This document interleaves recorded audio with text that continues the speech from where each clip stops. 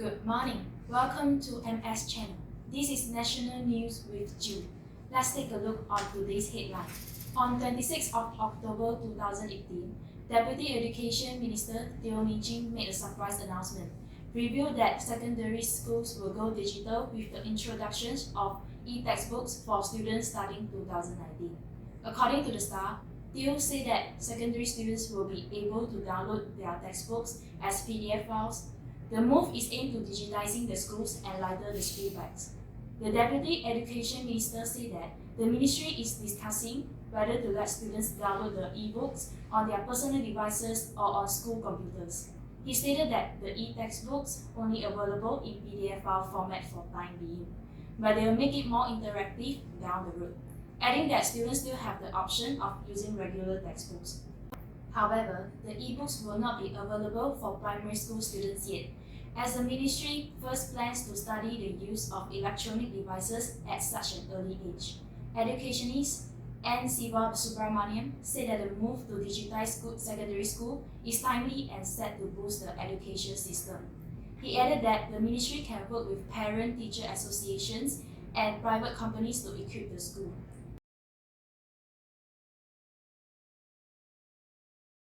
For tens of million years, Earth's oceans have maintained a stable acidity level.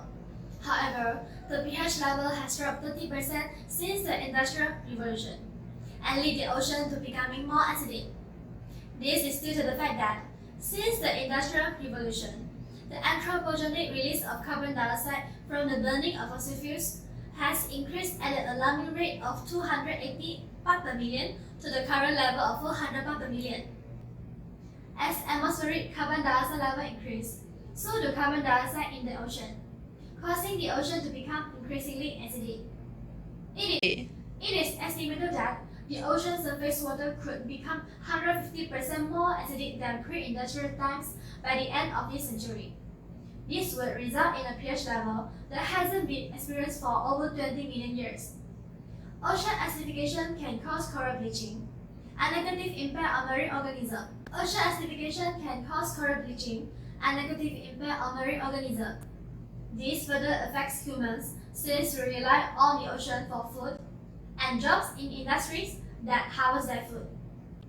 In fact, over 1 billion people are looking to the ocean as their primary source of protein, and 500 people rely on coral reef for food, tourism, renewable resource, and coastal protection. Human action have accelerated ocean acidification, but human action can also slow down the process. There are many things we can do to reduce the effects of ocean acidification. On an individual level, we can work to reduce our personal carbon footprint. We should use more renewable energy to replace the use of fossil fuels. It is our responsibility to save the earth. Thank you.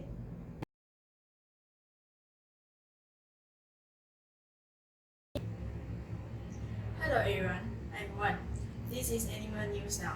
The Chinese giant salamander, the world's largest amphibian and critically endangered species, has quite slipped toward extinction in nature. After an exhaustive year-long search, researchers recently reported that they were unable to find any wild-born individuals. Millions of giant salamanders live on farms scattered throughout China, where the animals are bred for their meat. But another study by Trevi and his colleagues showed that reintroducing farm animals is not a simple solution for saving the species in the wild. In the wild, Chinese giant salamander were not just one species, but at least 5, and perhaps as many as 8. On farms, they are being melded into a single hybridized population adapted to no particular environment. The farms are driving the extinction of most of the species by homogenizing them, said Robert Murphy, a co-author and senior curator of hepatology at the Royal Anthurium Museum in Canada. We are losing genetic diversity and adaptation that have been evolving for millions of years. As with so many other protected species in China, poaching is the main threat to giant salamanders, which can weigh up to 60 kilograms. Unlike pangolin, tigers, and rhinos, however, salamanders were never valued as meat, trophy, or medicine. They changed in the mid-20th century. when famine forced people to turn to alternative food source. By the 1990s, giant salamander meat had been rebranded as a luxury food item in China, and government-subsidized salamander farms began popping up around the country. Not recognizing that salamanders from different parts of the country were distinct species, farmers had accidentally created hybrids. That's all for today. Thanks for listening.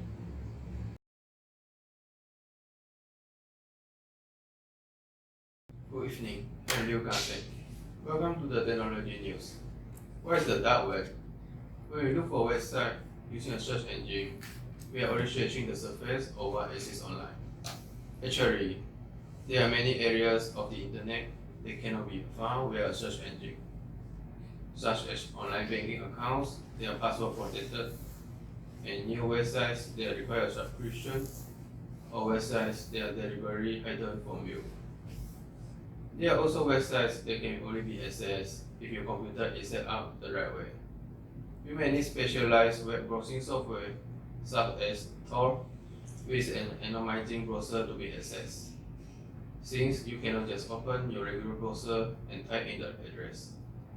This layer of the internet is often called the dark web, which is a part of the deep web that connections are usually encrypted and anonymized, and making activity harder for law enforcement to track. For that reason, the dark web is often associated with activities such as online drug sales and illegal pornography. Special markets also operate within the dark web called darknet markets, which mainly sell illegal products like drugs and firearms that pay in the cryptocurrency Bitcoin, and the physical goods are stripped away. In 2016, The Economist had reported the dark side of the dark web grew from a range of $15 and $17 million in 2012 to $150 to $180 million in 2015. However, the dark web can also be used to protect whistleblowers or give people access to social networks in countries where they are banned.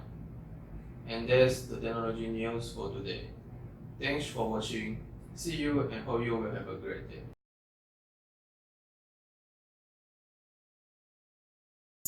Good morning, I'm Xin Yun. It's 10 o'clock. The headline today is Factors in C, which is about the major health problem in Malaysia, obesity. Obesity is defined simply as too much body fat, especially around the waist, which means the person is at higher risk for health problems, including high blood pressure, high blood cholesterol, and diabetes. Besides, obesity also can increase the risk of heart disease and stroke. It's also a major cause of gallstone, osteoarthritis, and respiratory problems. Malaysia is the first rank in Asia that has a big issue of obesity. A breakdown of the 2015 National Health and Mobility Survey also found that about 30% of Malaysian adults above the age of 18 were overweight, with a body mass index of 25 and above, and another 18% were obese with a BMI of 30 and above. Now, it increased 14% of people obese every year. According to the Malaysian Health Minister Dr. S. Subramaniam, he mentioned that about 50% of Malaysian citizens is at least overweight and obese. Terrifying, right? Well, if you are observant enough, you probably know out of 10 people that around you, how likely they are close to or being obese. The root of the problem often lies in having unhealthy eating habit and a lack of physical activity. Undoubtedly, the fundamental cause of obesity and overweight is an energy imbalance between calorie consumed and calorie expended. An increased intake of energy-dense food that are high in fat and increase in physical inactivity due to the increasingly sedentary nature of many forms of work, changing mode of transportation, and increasingly urbanization. Treatment for overweight and obesity depend on many causes and severity of your condition. Possible treatment includes healthy lifestyle changes, behavioral weight cost treatment program, medicine, and possibly surgery. To sum up, when you conquer obesity, you are protecting yourself from cancer. Thanks for watching.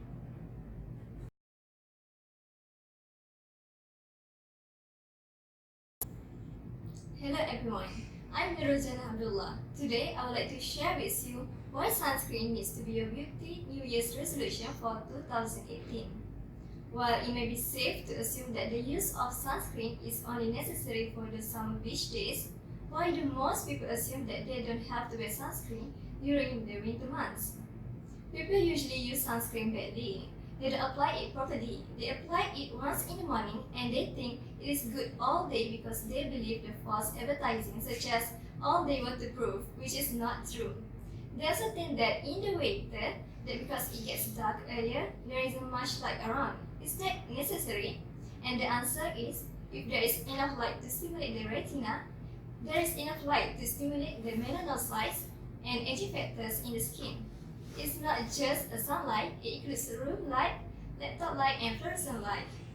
Wherever there is light and you can see where you're going, the skin needs the sunscreen. And then you may ask, why is it important to wear sunscreen and how do you know if your sunscreen is working?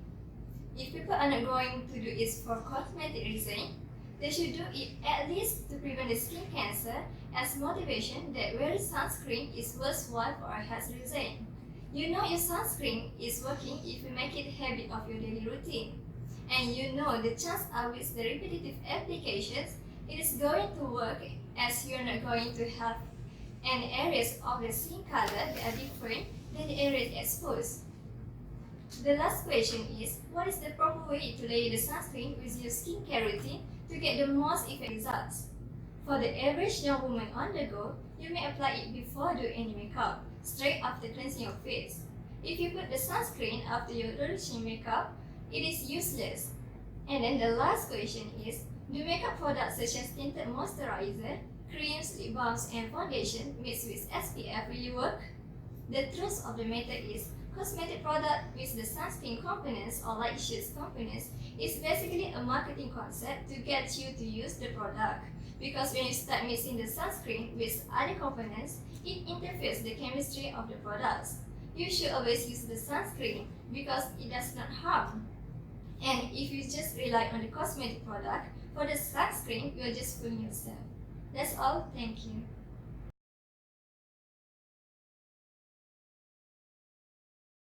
Of Malaysian classified animals.